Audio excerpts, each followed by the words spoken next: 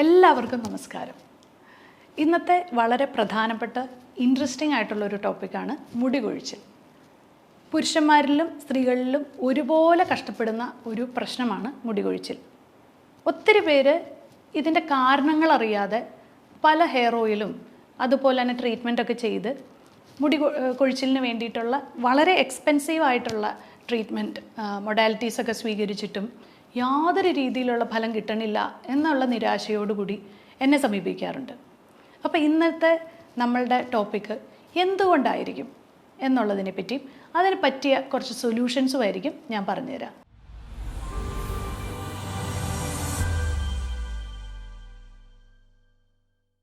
ഞാൻ doctor Akhila Vinod, wellness OP centre Yogashram Palarivattom. അപ്പോൾ ആദ്യം നമ്മൾ ശ്രദ്ധിക്കേണ്ട ഒരു കാര്യം, ഞാൻ പല വീഡിയോസിലും ഞാൻ പറഞ്ഞിട്ടുണ്ട്, ഇതിൻ്റെ മൂലകാരണം എന്ന് പറയുന്ന മിക്കവരിലും ഒരു ഏകദേശം 80% പേരിലും കാണുന്നത് ഡെഫിഷ്യൻസീസാണ്. അപ്പോൾ ആണുങ്ങളിൽ യൂഷ്വലി അവർ ബ്ലഡ് ടെസ്റ്റ് ചെയ്യാനായിട്ട്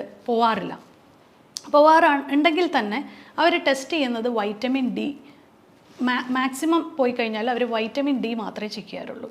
പക്ഷേ ഇനി നെക്സ്റ്റ് ടൈം നിങ്ങൾ പോകുമ്പോൾ നിങ്ങളിലുള്ള തൈറോയ്ഡ് ഗ്രന്ഥികളുടെ ഒരു ഹോർമോൺ, അതായത് തൈറോയ്ഡ് പ്രൊഫൈൽ ഒന്ന് ചെക്ക് ചെയ്യുക, കൂടാതെ ഫെറിറ്റിൻ ചെക്ക് ചെയ്യുക, അതുകൂടാതെ വൈറ്റമിൻ ഡിയും കൂടി ചെക്ക് ചെയ്യുക.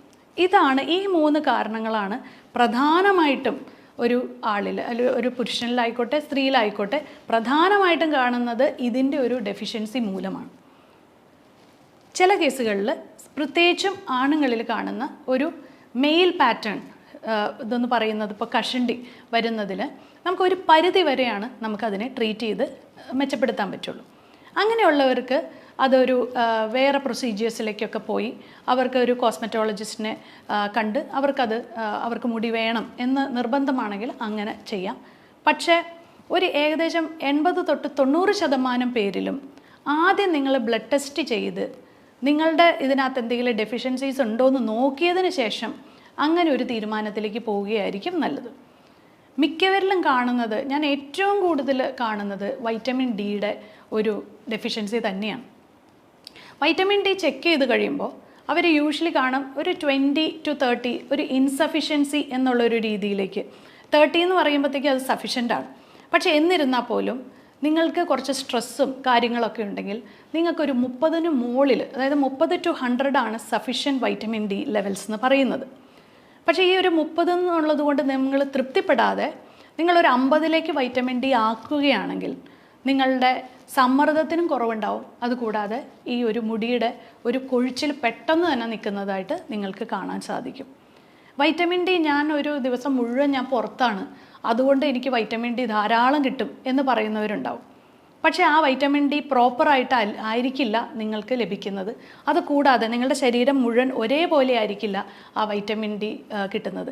സൂര്യപ്രകാശം വളരെ ശരിയാണ്, അത് നിങ്ങൾ സൂര്യപ്രകാശത്തിൻ്റെ ഉള്ളിൽ നിങ്ങൾ പുറത്ത് എക്സ്പോസ് ചെയ്യുവാണെങ്കിൽ തീർച്ചയായിട്ടും കിട്ടും.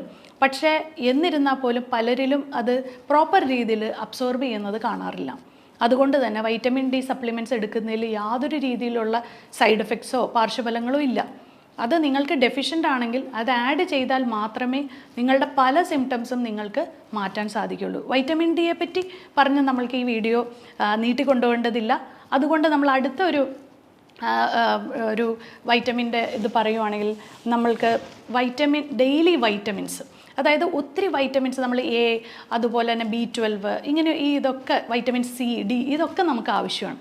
അപ്പോൾ ഇതൊക്കെ നിങ്ങൾക്ക് നല്ല രീതിയിൽ, അതായത് നിങ്ങളുടെ ഒരു ഡെയിലി ലൈഫ്, പ്രത്യേകിച്ചും പുറത്ത് വർക്ക് ചെയ്യുന്നവർ, അല്ലെങ്കിൽ നിങ്ങളൊരു സെയിൽസിൽ വർക്ക് ചെയ്യുന്ന ഒരാളാണെങ്കിലോ, അല്ലെങ്കിൽ നിങ്ങൾക്ക് പ്രോപ്പറായിട്ട് നിങ്ങളെ നന്നായിട്ട് ഡയറ്റിലൂടെ നിങ്ങൾക്ക് ടേക്ക് കെയർ ചെയ്യാൻ പറ്റുന്നില്ലെങ്കിൽ അവർക്കൊരു ഡെയിലി മൾട്ടി വൈറ്റമിൻ ടാബ്ലറ്റ് കഴിക്കുന്നത് നല്ലതായിരിക്കും.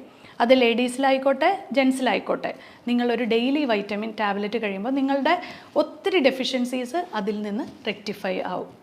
അപ്പോൾ നമ്മൾ 2 കാര്യങ്ങൾ പറഞ്ഞു. ഒന്ന് വൈറ്റമിൻ ഡിയുടെ ഒരു കാര്യം പറഞ്ഞു, മൾട്ടി വൈറ്റമിനെ പറ്റി പറഞ്ഞു. പിന്നെ ഉള്ളൊരു കാര്യം എന്ന് ഫെറിറ്റിനാണ്. ഫെറിറ്റിൻ എന്ന് പറഞ്ഞാൽ സ്റ്റോർഡ് അയൺ ആണ്. അതായത് നിങ്ങളുടെ ബ്ലഡിൽ അടങ്ങിയിരിക്കുന്ന ഒരു ഒരു മോളിക്യൂളിൻ്റെ ഉള്ളിൽ ഓക്സിജൻ ക്യാരി ചെയ്യുന്ന ഒരു മോളിക്യൂളാണ് ഈ അയൺ എന്ന് പറയുന്നത്. ആ അയൺ നിങ്ങളുടെ സ്റ്റോർഡ് ഫോമിൽ കാണുന്നതിനെയാണ് ഫെറിറ്റിൻ എന്ന് പറയുന്നത്. അപ്പോൾ ഈ ഓക്സിജൻ്റെ ആ ഒരു ഇത് നമ്മളുടെ എക്സ്ട്രിമിറ്റീസിലേക്ക്, അതായത് നമ്മുടെ തലയിലേക്കൊക്കെ ഉള്ള ആ ഒരു ഓക്സിജൻ ക്യാരിങ് മോളിക്യൂളിൻ്റെ ആ ഒരു അഭാവം ഫസ്റ്റ് നമുക്ക് അറിയുന്നത് നമ്മുടെ മുടി കൊഴിച്ചിലാണ്. അപ്പോൾ ഫെറിറ്റിൻ്റെ ലെവൽ കുറയുമ്പോൾ പെട്ടെന്ന് നമ്മൾക്ക് അത് എക്സ്ട്രിമിറ്റീസിലേക്കൊക്കെ ബാധിച്ചതിന് ശേഷമാണ് ഫെറിറ്റിൻ്റെ അഭാവം മറ്റുള്ള ശരീരഭാഗങ്ങളിലേക്ക് അഫക്റ്റ് ചെയ്യുക. അപ്പോൾ ആ വ്യക്തികളിൽ പ്രത്യേകിച്ച് സ്ത്രീകളിലാണ് ഫെറിറ്റിൻ്റെ ലെവല് കുറഞ്ഞു കാണാറ്. കാരണം അവർക്ക് മെൻസ്ട്രുവേഷൻ ഉള്ളതുകൊണ്ട്, അവർക്ക് പീരീഡ്സ് ഉള്ളതുകൊണ്ട് തന്നെ അവരുടെ ബ്ലഡ് ലോസ് സംഭവിക്കുന്നു. അതുകൊണ്ട് ഫെറിറ്റിൻ്റെ അളവ് വീണ്ടും കുറയുന്നു. പുരുഷന്മാരിൽ അത് കാണാറില്ല എന്ന് പറഞ്ഞാൽ പോലും ഒത്തിരി പേര് ഫെറിറ്റിൻ അതുകൊണ്ട് ചെക്ക് ചെയ്യാറില്ല. പക്ഷേ ചെക്ക് ചെയ്ത് കഴിയുമ്പോൾ ഫെറിറ്റിൻ്റെ അളവ് കുറവാണെങ്കിൽ നിങ്ങൾ അയൺ സപ്ലിമെൻറ്റ്സ് എടുത്തേ മതിയാവും. സ്ത്രീകളിൽ ഈ പറഞ്ഞ പോലെ പീരീഡ്സിൻ്റെ ആ ഫ്ലോ കൂടുതലായിട്ടുള്ളവരാണെങ്കിൽ നിങ്ങൾ ഹീമോഗ്ലോബിൻ്റെ കൂടെ തന്നെ ഫെറിറ്റിനും കൂടി ചെക്ക് ചെയ്യുക. അപ്പോൾ നിങ്ങൾക്ക് ഫെറിറ്റിൻ വളരെ ലോ ആണെങ്കിൽ നിങ്ങൾ ഫെറിറ്റിൻ ഇപ്പോൾ സപ്ലിമെൻറ്റ്സ് മാത്രമല്ല, ഞാൻ അതിൻ്റെ കുറച്ച് ഒരു ഫുഡിലൂടെ നമുക്കതെങ്ങനെ മാറ്റിയെടുക്കാം. വൈറ്റമിൻ ഡി എപ്പോഴും സപ്ലിമെൻ്റാണ് ഞാൻ കൂടുതൽ സജസ്റ്റ് ചെയ്യാറ്. അതേസമയം നമുക്ക് അയൺ നമുക്ക് നന്നായിട്ട് കിട്ടാനായിട്ട് ബീട്രൂട്ട് പോലത്തെ വെജിറ്റബിൾസ്, അതുപോലെ തന്നെ പോമഗ്രാനൈറ്റ്. ഈ പോമഗ്രാനൈറ്റൊക്കെ ശരിക്കും പറഞ്ഞാൽ മാതള നാരങ്ങയൊക്കെ നിങ്ങൾ ഈ ജ്യൂസ് അടിച്ച് കുടിക്കാതെ 2 മാതള നാരങ്ങ അങ്ങനെ തന്നെ കഴിക്കുന്നതാണ് ഞാൻ കൂടുതലും പ്രിഫർ ചെയ്യുന്നത്. കാരണം ഇത് ജ്യൂസ് അടിച്ച് കഴിയുമ്പോഴത്തേക്ക് അതിൻ്റെ ഒത്തിരി പോഷകങ്ങൾ നഷ്ടപ്പെടുന്നുണ്ട്. അതുകൊണ്ട് നിങ്ങൾ മാതള നാരങ്ങ, ബീട്രൂട്ട്, ചീര ഇങ്ങനത്തെ സാധനങ്ങളൊക്കെ നിങ്ങളുടെ ഡെയിലി ഡയറ്റിലേക്ക് ഉൾപ്പെടുത്തുക. പിന്നെ കുറേ ടീനേജേഴ്സ് കംപ്ലൈൻറ്റ് ചെയ്യുന്നത് അവർക്കുള്ള മുടി കൊഴിച്ചിൽ. മിക്ക കുട്ടികളിലും നമ്മൾ കാണുന്ന PCOD പോലത്തെ പ്രശ്നങ്ങളാണ് ടീനേജേഴ്സിൽ കാണുന്നത്.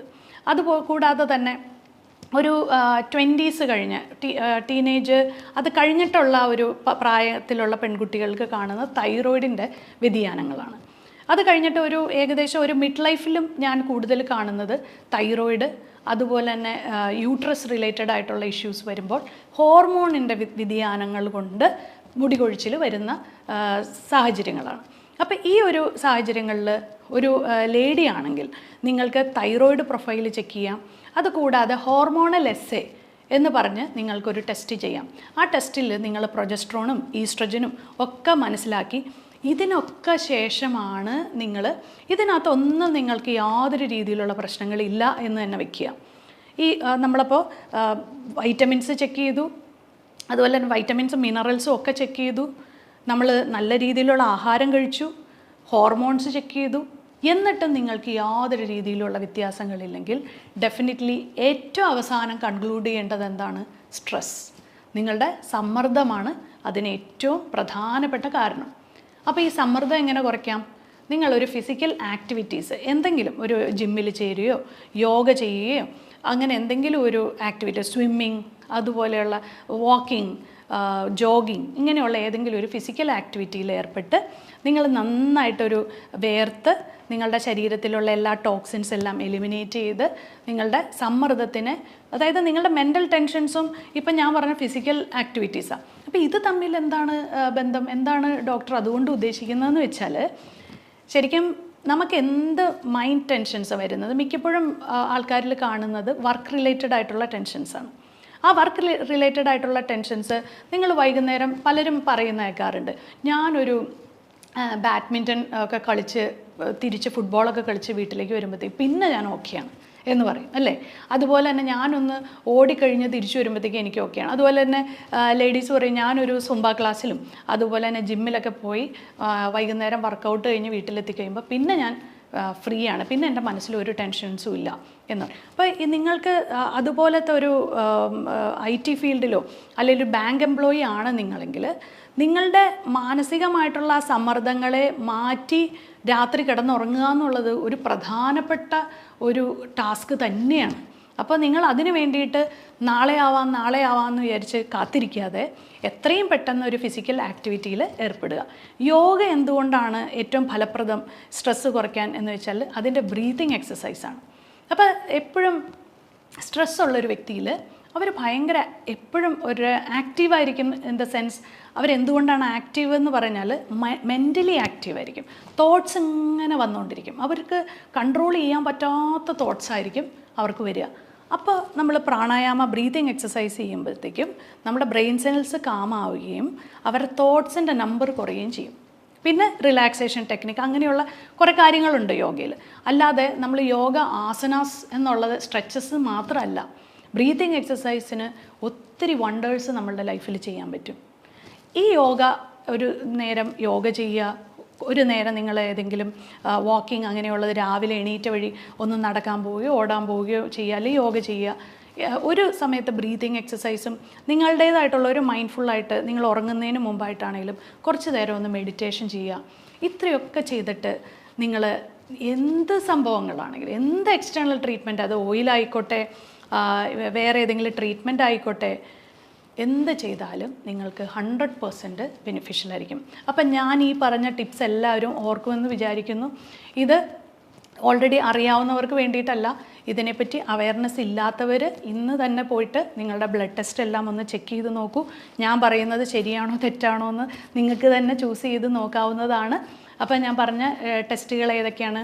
വൈറ്റമിൻ ഡി, ഫെറിറ്റിൻ, അതുപോലെ തന്നെ തൈറോയിഡിൻ്റെ പ്രൊഫൈൽ. തൈറോയിഡ് പ്രൊഫൈലിൽ നിങ്ങൾ തന്നെ സെൽഫ് ടെസ്റ്റ് ചെയ്യണമെങ്കിൽ അല്ലെങ്കിൽ ഏതെങ്കിലും അടുത്തുള്ള ഡോക്ടേഴ്സിനെ കൊണ്ട് പ്രിസ്ക്രൈബ് ചെയ്ത് തൈറോയിഡ് പ്രൊഫൈൽ നോക്കുക. ഹോർമോണൽ എസ്സേ ലേഡീസിന് വേണ്ടിയിട്ട് ചെയ്യുക. ഇത്രയൊക്കെ കാര്യങ്ങൾ ചെയ്തു കഴിഞ്ഞാൽ നിങ്ങൾക്ക് മനസ്സിലാവും എവിടെയാണ് നിങ്ങളുടെ പ്രോബ്ലം.